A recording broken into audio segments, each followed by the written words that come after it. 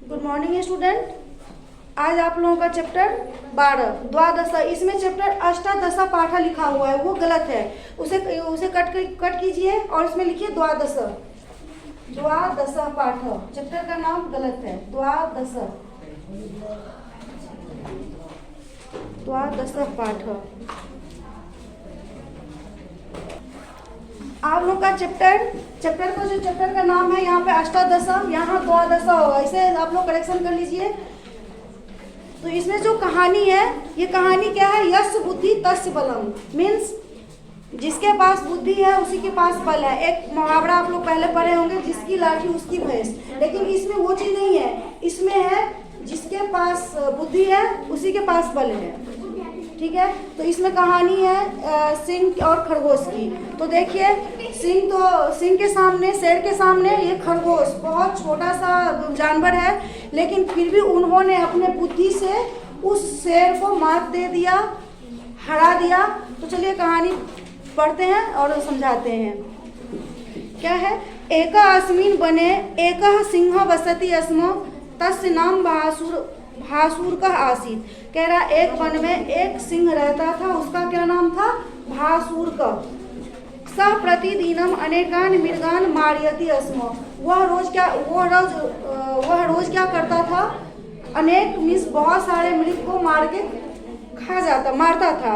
एकदा सर्वे मृगाः विचारं कृत्वा तस्य समीप गत्वा अवदन्, हे पशुराज।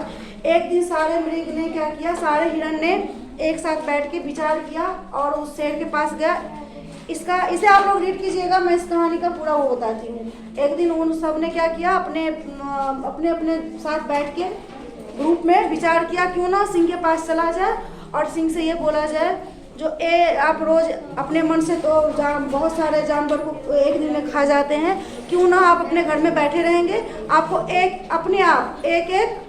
जानवर प्रतिदिन आपके पास जा करके जाएगा और आप उसे खा लीजिएगा। तो शेर ने क्या बोला?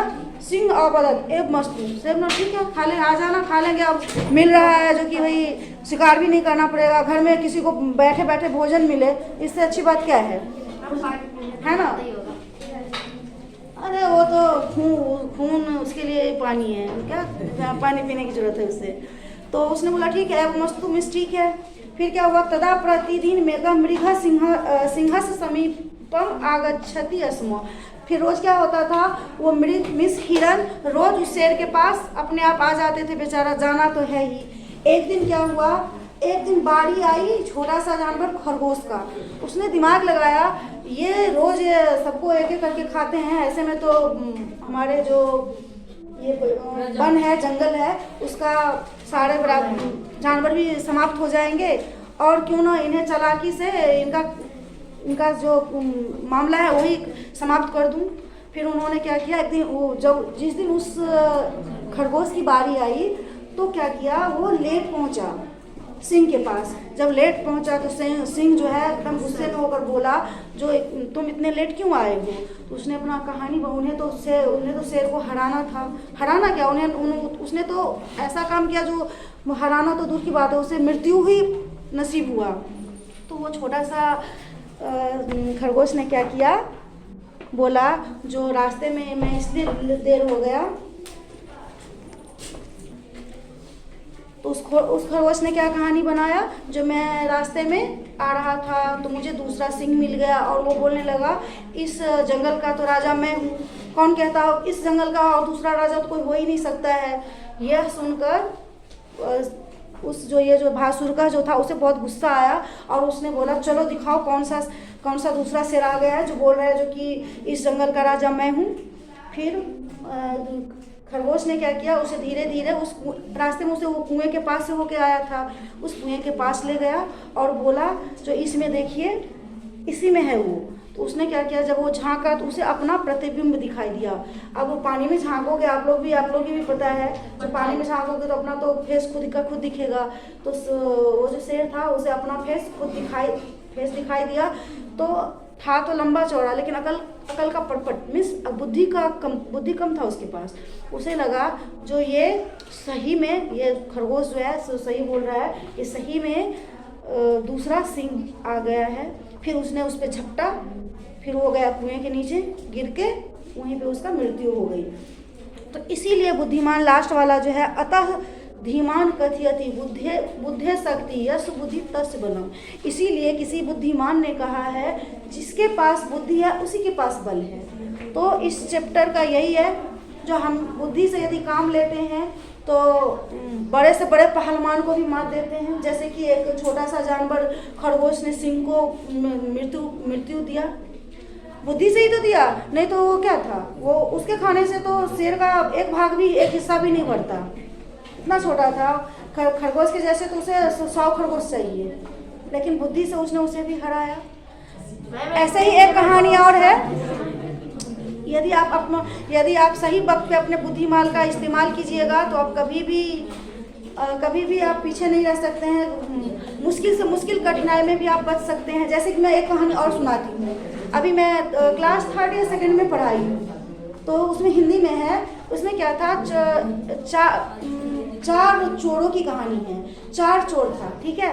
ये पाटलिपुत्र मीन्स पटना। पटना को पहले पाटलिपुत्र कहा जाता था। ये आप लोगों को पता होगा, जो आप लोग बिहार से बिलोंग करते हैं। बिहार से क्या, ये जीके की चीज़ है, वो सबको पता होनी चाहिए। तो पटना जो है उसका पुराना नाम क्या था, पाटलिपुत्र, ठीक है। तो वहाँ की कहानी है। कहानी तो कहीं की भी हो सकती है। उसमें क्या है, 4 चोर था। चारों चोर ने क्या किया, एक सेठ के घर में डाका डाला, चोरी किया, सेठानी का हार चुरा लिया, ठीक है। तो क्या हुआ बेटा, वो 4 चोर ने सेठानी का हार चुराया। तो जब हार चुरा लिया, चारों ने, हार क्या, बहुत सारा धन चुराया, लेकिन उसमें से एक हार भी था। हार जो सोने का था वो महंगा था। फिर मतलब गांव में हल्ला हुआ। गांव के जो राजा थे, गांव में होते हैं ना, हर गांव में एक मुखिया होती है। जो कोई भी कांड होता है गांव में तो उस मुखिया के पास जाते हैं। अब तो कोई मुखिया फुखिया को मानते नहीं है, सब अपने आप में मुखिया समझते हैं लेकिन होती है गाँव में भी, यहाँ भी प्रधान होती है। हम लोग के गांव में मुखिया बोलते हैं उसे, जो गांव के मुखिया सरपंच होते हैं। जहाँ पे कुछ भी हुआ, गांव में गलत हुआ, तो उनके पास जाके मीटिंग बैठती है। ऐसे ही गांव के जो उस टाइम पाटलिपुत्र में जो राजा थे, उनके पास ये खबर गई जो सेठ के घर में चोरी हो गया है। तो राजा ने क्या किया, अपने सिपाहियों को भेजे, जाओ चोर को पकड़ के लाओ। फिर चोर को सिपाही ने ढूंढते ढूंढते पकड़ा। एक चोर के पास से रानी, वो सेठानी जो थी, उसका हार बरामद हुआ। तो फिर उन्हें पता चल गया, अब एक चोर को पकड़ो तो सबके लिए बोल देते हैं ना, एक पकड़ा जाए तो गैंग तो पकड़ी जाती है। तो ऐसे ही हुआ, 4 चोर पकड़ा गया। तो राजा ने चारों को मृत्यु दंड की सजा सुनाई, जो जाओ इन चारों को मौत की सजा दे दो, फांसी पे लटका दो, मौत की सजा दे दो। तो चारों को ले गए फांसी घर में जल्लाद होते हैं। अभी आप लोग भी न्यूज़ देखे होंगे, निर्भया कांड हुआ था, तो उसमें भी अभी दिखाया था मार्च में। तो हाँ, जब फांसी घर ले जाया गया 4 चोरों को, तो उसमें से एक बहुत चालाक था।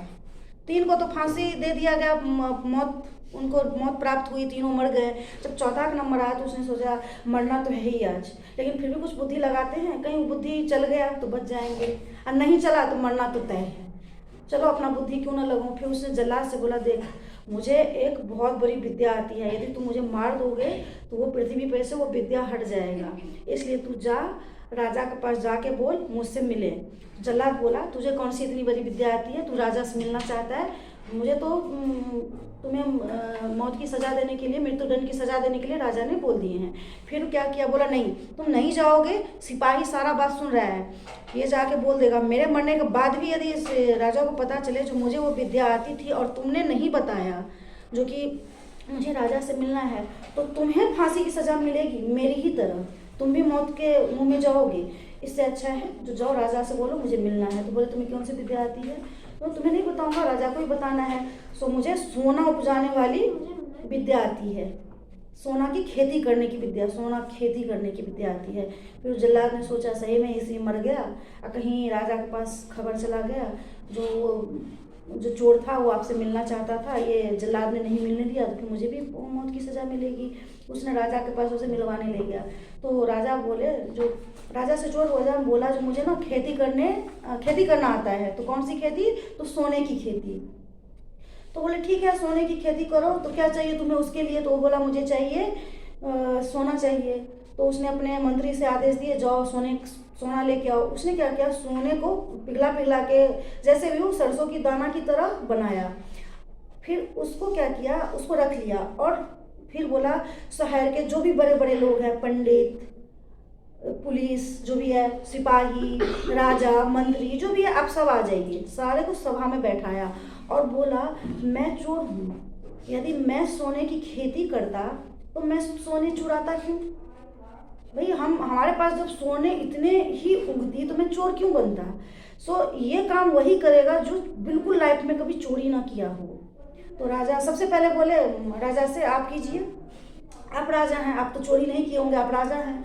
तो बोले नहीं नहीं, मैंने भी बचपन में अपने मम्मी कुछ काम के लिए पैसा दी थी, उसमें से मैंने चुरा लिया था 1 आध रुपया, तो मैं नहीं कर सकता हूँ इस काम को। फिर मंत्री था, मंत्री से बोले भाई आप ही कर लो, आप राजा के मंत्री हो। तो मंत्री बोला मैं बाल बच्चेदार हूँ, मैं बिना थोड़ा बहुत तो खा ही लेता हूँ घूस भास, तो मैं भी तो चोर ही हुआ। फिर पंडित से बोले, पंडित जी बोले जो मैंने भी ऐसे ही पंडिताई करने में भी घपला किया हूँ, तो मैं भी ये काम नहीं कर सकता हूँ। ऐसे कर करके सबने अपना अपना बोला, जो सबने चोर साबित हुआ। तो लास्ट में यही बात बोला वो चोर, जो यहाँ पे तो चोर सब है, तो सिर्फ फांसी मुझे क्यों? आप भी चोर हैं, आप भी चोर हैं, आप भी चोर हैं, तो फिर सिर्फ फांसी मुझे क्यों? यदि फांसी मिलनी चाहिए तो सबको। तो ये बुद्धिमानी की बात सुन के वो राजा इतना खुश हो गए जो उन्हें मौत की सज़ा माफ़ कर दिए और अपने यहाँ उन्हें नौकरी भी दे दिए। तो यही है, उसने अपने 4 चोरों को फांसी की सज़ा मिली, लेकिन 4 चोरों में से 3 चोरों ने चढ़ गया सूली पे, कुछ नहीं बोला। इसने अपने बुद्धि का इस्तेमाल किया तो फांसी की सज़ा से तो बच ही गई, ऊपर से उन्हें नौकरी भी मिल गई। इसीलिए अपने बुद्धि का इस्तेमाल यदि सही जगह पे करोगे तो हमेशा कठिन से कठिन समय में भी उबर जाओगे, मीन्स बच जाओगे। और बुद्धि तो बुद्धि ही है। तो यही है कहानी की मोरल। थैंक यू बेटा, अब नेक्स्ट क्लास में क्वेश्चन आंसर करवाऊंगी। Thank you.